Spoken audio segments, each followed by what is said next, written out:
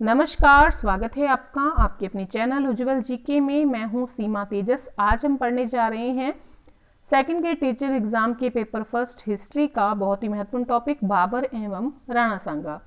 तो आज इसमें हम दोनों के बारे में पढ़ेंगे, पहले बाबर के बारे में, फिर राणा सांगा और फिर उनके युद्ध के विषय में, और विस्तृत रूप से जानकारी लेंगे दोनों के बारे में।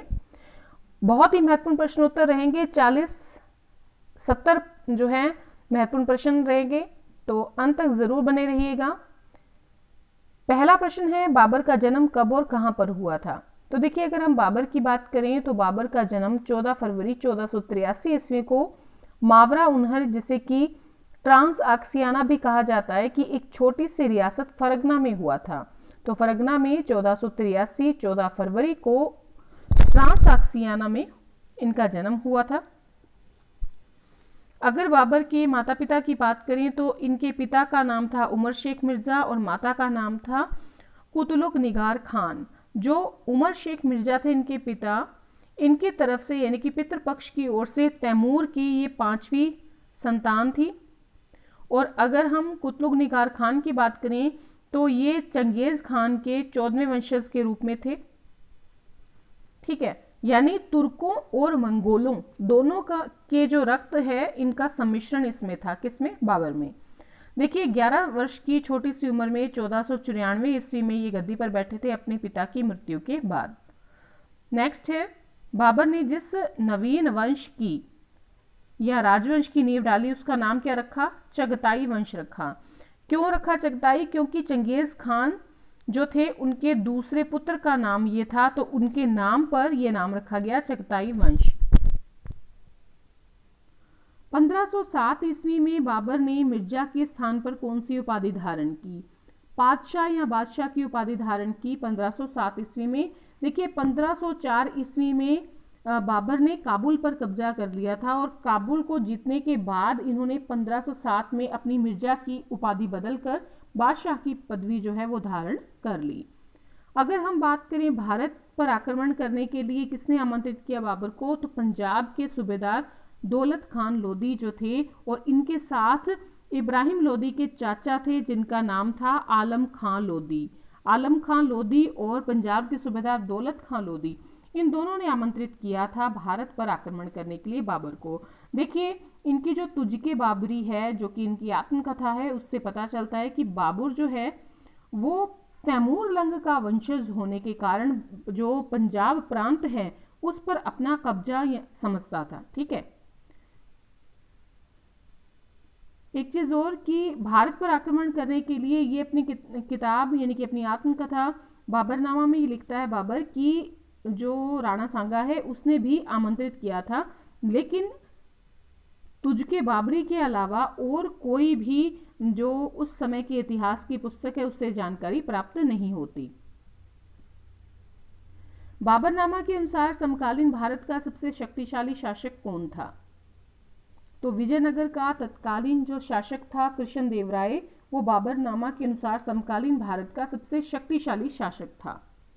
बाबर ने अपनी आत्मकथा तुझके बाबरी या बाबरनामा किस भाषा में लिखी? तुर्की भाषा या जिसको चगताई भी कहा जाता है उसमें अपनी आत्मकथा लिखी। बाबर ने पानीपत विजय से पहले भारत पर कितनी बार आक्रमण किया? तो 4 बार आक्रमण किया था। 5वीं बार आक्रमण किस पर किया था? पानीपत। ठीक है, जब इब्राहिम लोधी से उसका युद्ध हुआ। बाबर ने भारत पर पहला आक्रमण बाजौर में कब किया? अगर हम बाजौर की बात करें तो पाकिस्तान में बाजौर पड़ता है, और 1519 ईस्वी में इसने बाबर ने जो है बाजौर पर आक्रमण किया था, और इस युद्ध के दौरान इसने भेरा के किले को जीता था।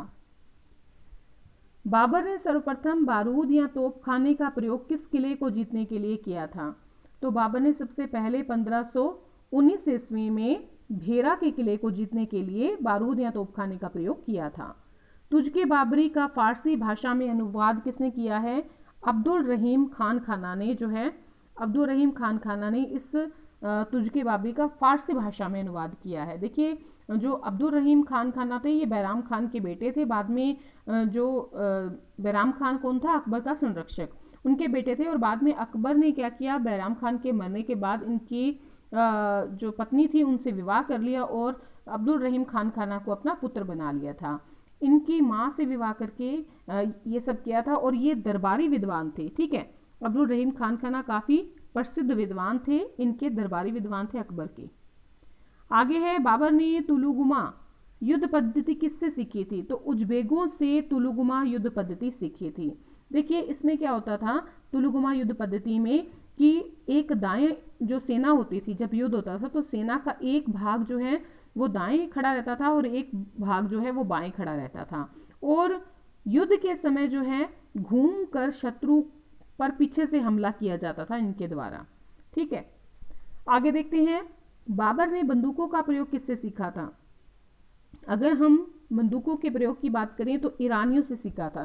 तो देखिए अगर हम ये देखते हैं कि इसने उज्बेगों से सीखा, ईरानियों से सीखा, ठीक है, कुस्तुनतुनिया से भी बहुत कुछ सीखा। तो जब इनका जो चाचा है बाबर का, वो इनकी गद्दी को हथिया लेता है तो ये उज्बेगों से मिलते हैं, वहाँ भी रहते हैं, ईरानियों के पास भी रहते हैं, उसके बाद कुस्तुनतुनिया जाते हैं। तो ये सारी चीज़ें इनको बाद में काम आई भारत पर आक्रमण करते वक्त। ठीक है, जब भी इन्होंने आक्रमण किया पंजाब की तरफ या पानीपत के युद्ध में या खानवा के युद्ध में, तो उस समय ये सारी पद्धतियां जो है इन्होंने यूज की थी। तो जो बंदूकों का प्रयोग सीखा है वो किससे सीखा है? ईरानियों से सीखा है। बाबर ने गतिशील घोड़ों का सफल संचालन किससे सीखा? तो तुर्कों से सीखा था। तोपों को सजाने की उस्मानी विधि का अन्य नाम क्या है? रूमी विधि। देखिए रूमी विधि में क्या होता था कि दो बैलगाड़ियों के बीच में जो है जगह रखकर तोपों को रखा जाता था। ठीक है, वो क्या कहलाती थी? उस्मानी विधि। बाबर ने कुस्तुनतुनिया से क्या सीखा? तोप खाने या विस्फोट शास्त्र का प्रयोग जो है किससे सीखा था? कुस्तुनतुनिया से। बाबर ने किस राजपूत रानी को अपनी धर्मपुत्री बनाया? कर्मावती, जो कि राणा सांगा की पत्नी थी, इनको अपनी धर्मपुत्री बनाया था। और बाद में कर्मावती ने हुमायूं को राखी भेजकर गुजरात जो शासक था उसके खिलाफ सहायता भी मांगी थी। बाबर ने किस सन में लाहौर और दीपालपुर पर विजय प्राप्त करके भारत में प्रवेश किया?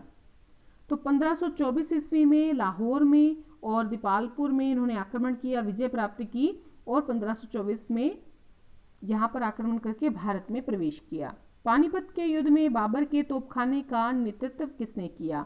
उस्ताद अली और मुस्तफ़ा का, याद रखिएगा, तुर्क अधिकारी थे। किसके? बाबर के। और बाबर के तोपखाने के नेतृत्वकर्ता भी यही थे।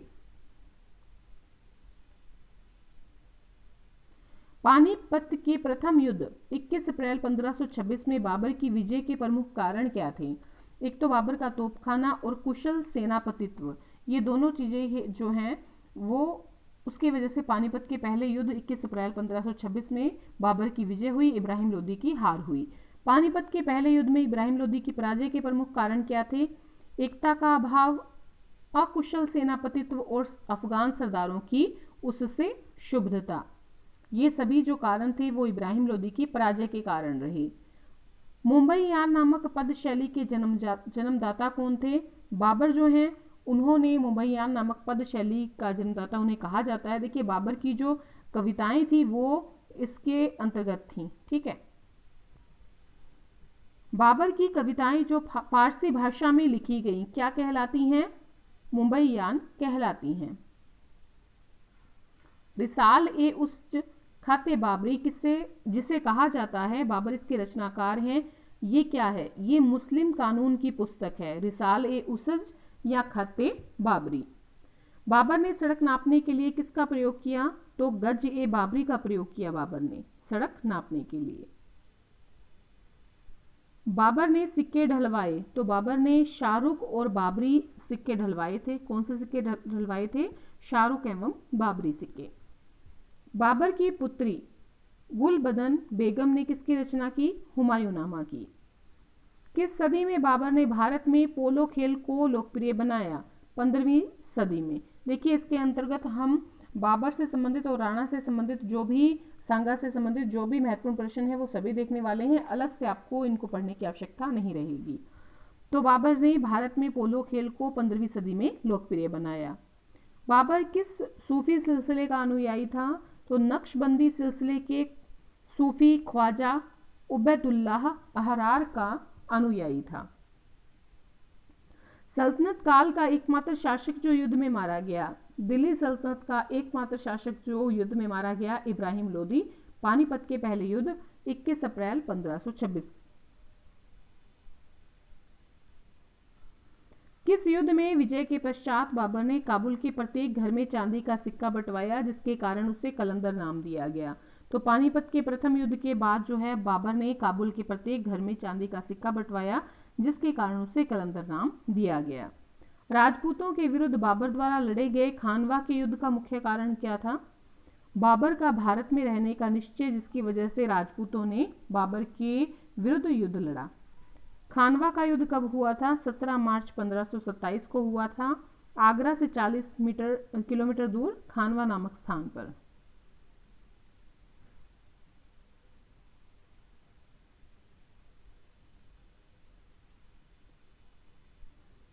आगरा में ज्यामिति विधि से बाबर ने नूरे अफगान बाग लगवाया। अब इसे क्या कहते हैं? तो अब इसे आराम बाग कहा जाता है। राणा सांगा महाराणा संग्राम सिंह के नाम से मेवाड़ का राणा कब बना?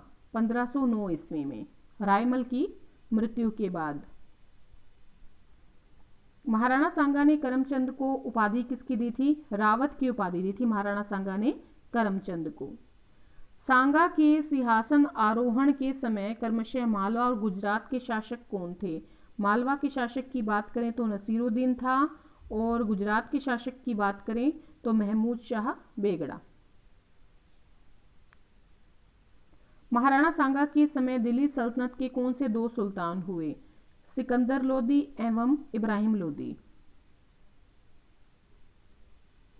1518 में बूंदी के समीप खातौली नामक स्थान पर सांगा ने किसे हराया?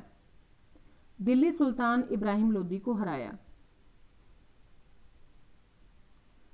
1519 ईस्वी में बाड़ी धौलपुर में राणा सांगा ने किसे पराजित किया? इब्राहिम लोदी को। देखिए, यही वो युद्ध था, बाड़ी का युद्ध, जिसमें राणा सांगा ने अपना एक हाथ और अपना एक पैर जो है वो गंवा दिया, यानी कि खराब हो गया। गागरोन के युद्ध 1519 में सांगा ने किससे हराया था? सांगा ने मालवा के महमूद द्वितीय को हराया था।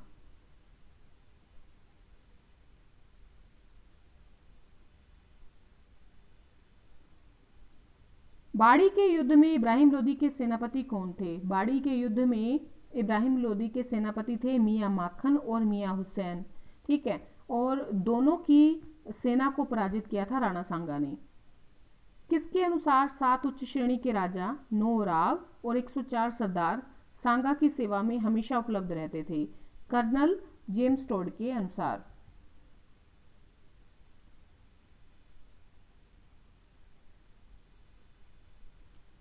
सोलहवीं शताब्दी का सर्वशक्तिमान होने के कारण राणा सांगा को किसकी उपाधि दी गई? हिंदूपत की उपाधि दी गई। बयाना भरतपुर का युद्ध कब और किन के मध्य हुआ? 16 फरवरी 1527 में बाबर और राणा सांगा के मध्य हुआ, और इस युद्ध में राणा सांगा जो है इनकी विजय हुई और इन्होंने बयाना दुर्ग पर अधिकार कर लिया। खानवा के युद्ध में राणा सांगा के घायल होने पर छत्र चंवर राजचिन्ह धारण कर सेना का प्रतिनिधित्व किसने किया था? तो हलवद काठियावाड़ के झाला राज सिंह के पुत्र झाला अज्जा ने, ठीक है, क्या किया था? राणा सांगा के घायल होने पर छत्र चंवर धारण कर लिया था और सेना का प्रतिनिधित्व किया था। खानवा के युद्ध में बाबर ने कौन सा नारा दिया? जिहाद का नारा दिया, यानी धर्म युद्ध का नारा दिया था। बाबर ने खानवा युद्ध के बाद कौन सी उपाधि धारण की? बाबर ने खानवा युद्ध के बाद गाजी की उपाधि धारण की, यानी हिंदू धर्म पर बिजली गिराने वाला। खानवा युद्ध के बाद बाबर ने कौन सा कर माफ किया? तमगा कर माफ किया। बाबर की जीत का मुख्य कारण क्या था? तोपें और तुलुगुमा पद्धति।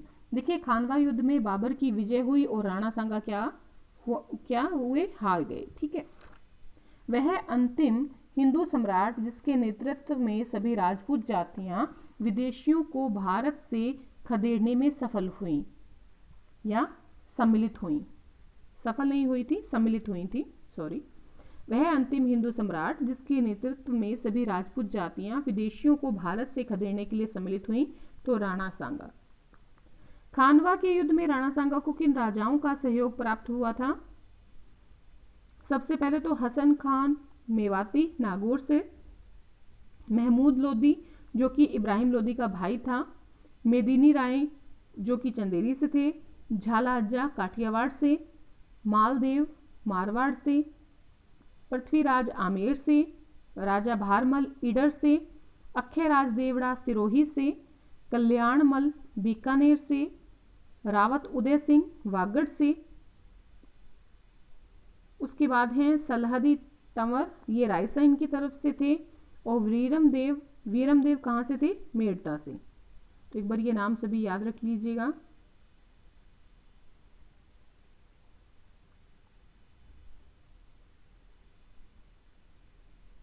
मेवाड़ महाराणा सांगा ने खानवा के युद्ध से पहले किस राजपूती परंपरा के तहत राजस्थान के प्रत्येक सरदार, प्रत्येक महाराणा को अपनी ओर से युद्ध में शामिल होने का निमंत्रण दिया? तो पाती पर्वण के तहत। खानवा स्थित है, खानवा कहाँ स्थित है? भरतपुर राजस्थान की रूपवास तहसील में।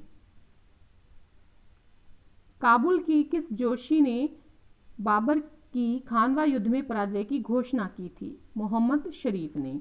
तब बाबर ने क्या किया? एक भाषण दिया जिसमें धर्म और धर्म के प्रति मरने पर जन्नत प्राप्त होने का सार दिया था।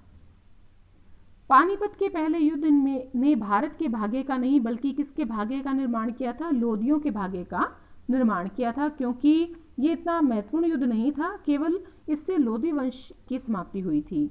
खानवा का युद्ध कहलाता है तो ये भारत के इतिहास का निर्णायक युद्ध कहलाता है, क्योंकि भारत में इस युद्ध के बाद मुगल वंश की नींव डली। खानवा के युद्ध में राणा सांगा को 80 घाव लगे, इसलिए उन्हें क्या कहा जाता है? सैनिक भग्नाविश कहा जाता है। कर्नल जेम्स टोड ने भी इनको कहा है सैनिक भग्नाविश। चंदेरी का युद्ध कब और किसके बीच में हुआ? तो 29 जनवरी 1528 ईस्वी को चंदेरी का युद्ध हुआ। चंदेरी कहाँ पड़ता है? मध्य प्रदेश में। बाबर और चंदेरी के शासक मेदिनी राय के बीच में, जिसमें जो है बाबर की विजय हुई थी। और इसने युद्ध किस लिए लड़ा था? क्योंकि इसने राणा सांगा का साथ दिया था चंदेरी के मेदिनी राय ने। साथ ही चंदेरी जीतकर वह मालवा को भी जीत सकता था। तो बाबर ने क्या किया? जब इनको हरा दिया तो राजपूतों का सिर काटकर एक मीनार खड़ी की और खुद उस पर जा बैठा। घाघरा का युद्ध कब और किसके बीच में हुआ था? 6 मई 1529 ईस्वी में हुआ था। किसके बीच में? बाबर और अफगानी शासक महमूद लोदी के बीच में हुआ था। महमूद लोदी कौन था? ये था इब्राहिम लोदी का भाई। तो घाघरा का युद्ध महमूद लोदी और बाबर के बीच हुआ था 6 मई 1529 में। घायल राणा सांगा को पहले कहां भेजा गया? बसवा में।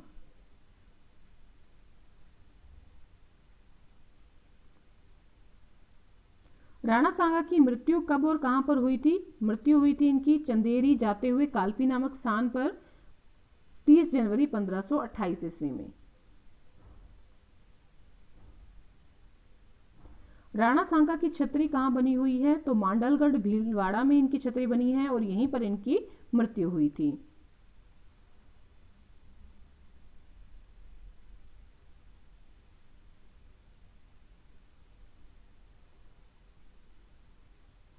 राणा सांगा ने अपने जीवन काल में ही हाड़ी रानी के किन 2 पुत्रों को रणथंभौर दुर्ग और 60 लाख वार्षिक आय की जागीर जो है प्रदान की?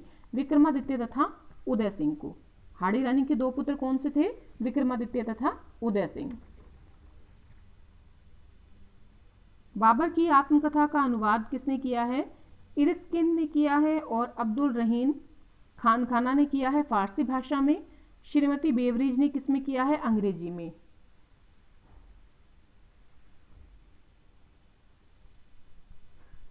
ये नाम है इर्स्कन, ठीक है। नेक्स्ट है, एल्फिंस्टन ने बाबर की आत्मकथा के बारे में क्या कहा है? वास्तविक इतिहास का वह एशिया में पाया जाने वाला अकेला ग्रंथ है। किसने कहा है? एल्फिंस्टन ने। किस इतिहासकार ने बाबर और राणा सांगा की सेनाओं में 1:2 का अनुपात बताया? आशीर्वाद लाल श्रीवास्तव ने। यानी कि बाबर की सेना की दुगनी सेना थी किसके पास? राणा सांगा के पास, खानवा के युद्ध में। बाबर की मृत्यु कहां पर हुई थी? आगरा में हुई थी 1530 में 26 दिसंबर के दिन। देखिए इसे आरामबाग यानी कि नूर अफगान, जो पहले नाम था बाद में आरामबाग नाम पड़ गया था, तो नूर अफगान में दफनाया गया था। बाद में काबुल में इसकी पसंदीदा जगह में इसको दफनाया गया। और कुछ इतिहासकार ऐसा मानते हैं कि जो इब्राहिम लोदी की मां थी उसने बाबर को जहर दिया था। 16वीं शताब्दी में भारत की वनस्पति एवं जीव जंतुओं का वर्णन विस्तार से अपनी जीवनी में किस मुगल बादशाह ने किया? तो बाबर ने। बाबर के समय यानी कि बाबर के आक्रमण के समय जब वो भारत पर आक्रमण करता है, भारतीय राज्य और शासकों के नाम बताइए। विजयनगर के शासक थे कृष्णदेव राय, दिल्ली के थे इब्राहिम लोदी, कश्मीर के थे मोहम्मद शाह, मालवा के थे महमूद शाह द्वितीय, गुजरात के बहादुर शाह, बंगाल के नुसरत शाह, मेवाड़ के राणा सांगा और सिंध के शाह बेग अरमून। तो ये सभी जो हैं ये बाबर के आक्रमण के समय भारतीय राज्य और शासक थे। तो आज के लिए इतना ही। बहुत ही महत्वपूर्ण 70 प्रश्न थे। अगर आप अंत तक बने रहे हैं तो बहुत बहुत शुक्रिया। चैनल पर नए हैं तो चैनल को सब्सक्राइब कर लें, पास के बेल आइकन को ज़रूर प्रेस करें ताकि नई नोटिफिकेशन आपको समय रहते मिलती रहे। तो आज के लिए इतना ही। अगली वीडियो में हम प्रताप और अकबर के बारे में बात करेंगे।